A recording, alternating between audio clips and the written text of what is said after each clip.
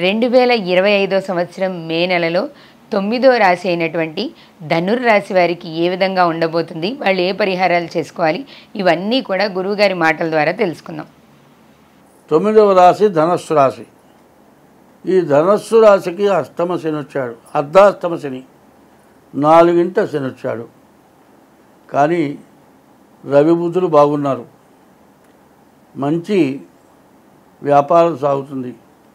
గురువు బాగున్నాడు, మంచి వివాహం, మంచి భార్య వస్తుంది, వివాహం జరగడానికి అవకాశం ఉంది, మంచి ఉద్యోగం అవకాశం ఉంది, విదేశాలకు పోవటానికి కూడా మంచి అవకాశం ఉంది. ఇన్ని రకాల అవకాశాలు ఉన్నాయి. కానీ శని అర్ధాష్టమంలో ఉన్నాడు, కుజుడు అష్టమంలో ఉన్నాడు. ద్వాదశాష్టమ జన్మస్థం శని అంగారకో గురుహో కుర్వంతే ప్రాణ సందేహం స్థాన చలనం ధనక్షయం. మరి ఉన్న చోట ఉండటానికి లేదు, బయటకు పోతే స్థానం దొరకదు, ఉన్న ఉద్యోగంలో నిలవటానికి వీల్లేదు, బయట ఉద్యోగం పోతే ఆ ఉద్యోగం శాంతం పోతుంది, తినటానికి తిండి దొరకదు, బతకాలో చావాలో తెలియదు. ఒక్కొక్కళ్ళు ఇట్లాంటి టైంలో ఓర్చుకోలేక ఆత్మహత్య కూడా చేసుకుంటారు. అటువంటి పరిస్థితి రాకుండా మంచి బాగా ఉంది. కానీ అవసరమైన టైంకి అవసరమైంది దొరక్కపోవటం చేత మరి పొద్దున 6 గంటల నుంచి 12 గంటల లోపల ఏదైనా ఆహారం తినాలి. పొద్దున 6 గంటల నుంచి సాయంత్రం 6 గంటల దాకా ఆహారం దొరకకపోతే ఎట్లా బతకాలండి? బతకడం కంటే చచ్చిపోవడం మంచిది అనిపిస్తుంది. అట్లాంటి పరిస్థితులు వస్తాయి. కాబట్టి వృత్తిరీత్యా బాగుంటుంది. మీ వృత్తిరీత్యా ఎంతో బాగా సంపాదిస్తారు, చదువు బాగుంటుంది, ఉద్యోగం మంచి ఉద్యోగం వస్తుంది, జీతాలు పెరుగుతాయి, ప్రమోషన్ వస్తుంది, విదేశాలకు వెళ్తారు. కానీ ఈ శని కుజుల వల్ల చాలా సమస్య కనబడుతుంది. కాబట్టి ఈ రాశివాళ్ళు ముందు డేట్ ఆఫ్ బర్త్ ద్వారా మీ జాతకం చూపించుకోండి, మీకు అన్ని విధాలా బాగుంటుంది. ఎప్పుడు కూడా ఒకటే చెబుతున్నాను, కష్టే ఫలి అన్నారు. కష్టపడ్డ వారికి ఫలితం వస్తుంది. కష్టపడకుండా ఊరికనే కూర్చుండేవాడు ఎట్లా ఉంటాడో చెబుతా, ఒక్కసారి వినండి. వాడికి ఏం పని ఉండదు, కూర్చొని నిద్రపోతూ ఉంటాడు. వర్క్ చెప్పడు. కొంతమంది వర్క్ చెబుతాడు, కొంతమందికి వర్క్ చెప్పడం మర్చిపోతాడు. ఆ వర్క్ చెప్పిన వాడిని పిలుస్తాడు. ఏమయ్యా, ఏది నీకు ఇచ్చిన వర్క్ ఏది? అసలు నాకు వర్కే లేదు కదండి. అయితే వర్క్ ఇవ్వకపోతే ఊరికి కూర్చుంటావా? నువ్వు నా దగ్గర రావక్కర్లేదా? నన్ను అడగక్కర్లేదా? నాకు చెప్పలేదు ఏంటండి అని అడగాల్సిన బాధ్యత నీకు లేదా? వీడి బాధ్యత పోయింది, వీడి బాధ్యత పోయి వాడి మీద ఎగురుతాడు. నేనేం చేస్తున్నాను, 4 రోజులు డిస్మిస్ అంటాడు వాడు. నువ్వు చేసిన తప్పుగా వాడిని డిస్మిస్ చేస్తే ఏంటి లాభం? అసలు ఉద్యోగం కూడా తీసేస్తాడు ఒక్కోడు. మరి ఇట్లాంటి పనులు ఎందుకు చేస్తారు అంటే, బాగుంటున్న టైంలో ఇట్లాంటి అనవసరమైన బుద్ధులు పుడతాయి. ఇట్లాంటి బుద్ధులు పుట్టిన తర్వాత ఏమీ లేదు. ఇట్లాంటి వాళ్ళ పరిస్థితి ఎట్లా ఉంటుందంటే, దారిన పోతూ ఉంటే శని కుజుడు బాగాలేడండి. శని కుజుడు బాగుండకపోతే స్త్రీలు 4 రకాలట.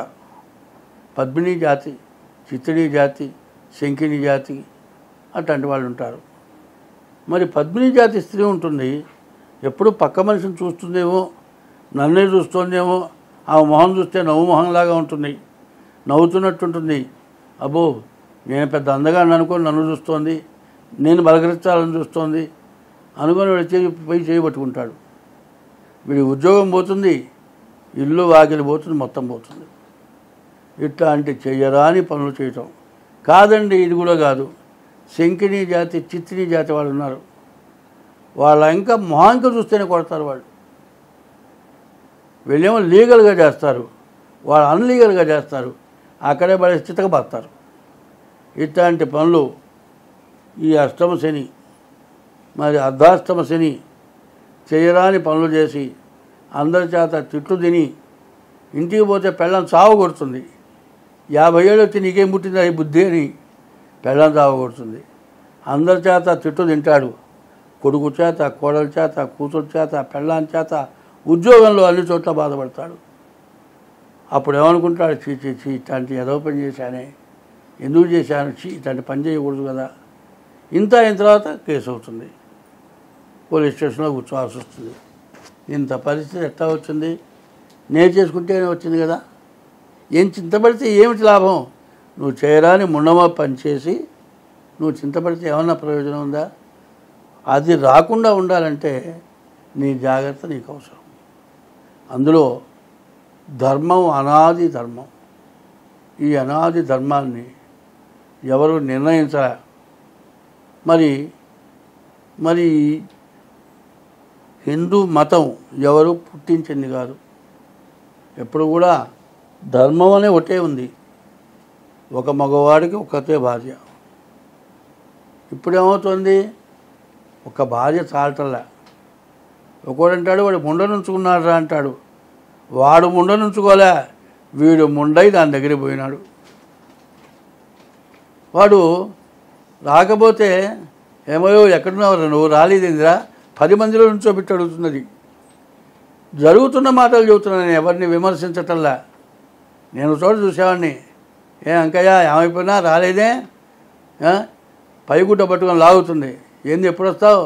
5 రోజులైంది. అది ఏమనుకుంటున్నాను అంటే పిచ్చిదండి, పిచ్చిదంటాడు. అది పిచ్చిదిరా, వీడి మంచివాట, వీడు మంచివాడా? ఇట్లాంటి తప్పుడు పనులు చేసుకోవటం ఎవరిని విమర్శించడం కాదు. మరి ముందు ఆనందంగా ఉంటుంది, తర్వాత అధమస్తం అవుతుంది. కాబట్టి ధర్మం ఎట్లా ఉందో అట్లా ధర్మంగా నడవండి. ఆ ధర్మం నిన్ను రక్షిస్తుంది. ధర్మో రక్షతి రక్షిత. ధర్మాన్ని నువ్వు రక్షిస్తే నిన్ను ధర్మం రక్షిస్తుంది. ఇవాళ ఉన్న రోజులు ఎట్లా ఉన్నాయంటే ఒక్క భార్య, పిల్లలు, తల్లిదండ్రి వాళ్ళు సక్రమంగా బతకడానికి లేనటువంటి రోజుల్లో ఇవాళ 2వ అడుగు పెడుతున్నారు. మరి కోర్టుకు ఎక్కుతున్నారు. చేసుకున్న పెళ్ళాం పోతోంది, ఉంచుకున్నాం అసలు పోతోంది, వీడి దగ్గర ఉన్న రూపాయి పోతోంది. ఎందుకంటే బుద్ధి చెప్పడానికి కాదు, ఎవరిని తినటానికి కాదు. తర్వాత ఒంటరిగా కూర్చున్నప్పుడు చీ ఇంత ఏదో పని చేశానురా, నా బతుకెందుకురా అని బాధపడుతూ ఉంటారు. కాబట్టి అటువంటివి చెప్పటం కోసం చెప్తే ఎవరిని విమర్శించడానికి కాదు. ఎవరు కూడా నన్ను తిట్టద్దు. తిడితే ఎదురుకుండా వచ్చి తిట్టండి, బాధ లేదు. ఎందుకంటే ఇట్లాంటి పనులు చేయొద్దని చెప్పడానికి చెబుతున్నా. పెళ్ళాన్ని చెబితేనేమో వెండు, తల్లిదండ్రులు చెబితే అంతకంటే వెండు. మరి కోర్టుకు ఎక్కుతారు. ఈమె ముందెళ్ళిపోతుంది పిల్లల్ని వదిలిపెట్టి. ఆమెమో తల్లిదండ్రులకు ఆమెకు పెళ్లి చేస్తారు. ఈ పిల్లల్ని తల్లి చూడకుండా వెళుతుంది. వీడేమో ఇంకో దాని దగ్గర పోతాడు. వీడు పిల్లల్ని చూడ్డు, అది వెళ్ళిపోతుంది. వీడు తాగుడికి బానిస అవుతాడు. ఈ పిల్లల్ని తండ్రి చూడ్డు. ఈ పిల్లల్ని 2వ పెళ్లి చేసుకున్న భర్త ఈ పిల్లల్ని చూస్తాడా? చూడరు. అటువంటి పరిస్థితుల్లో పిల్లల గతి ఏంది, నీ గతి ఏంది, నీ తల్లిదండ్రుల గతి ఏంది, నీ వంశం గతి ఏంది, ఇవన్నీ ఆలోచిస్తున్నారా? కోర్టులో వస్తున్నవన్నీ కూడా భార్యాభర్తల సమస్యలే. అది బాగా పెట్టుకోండి. స్వస్తి.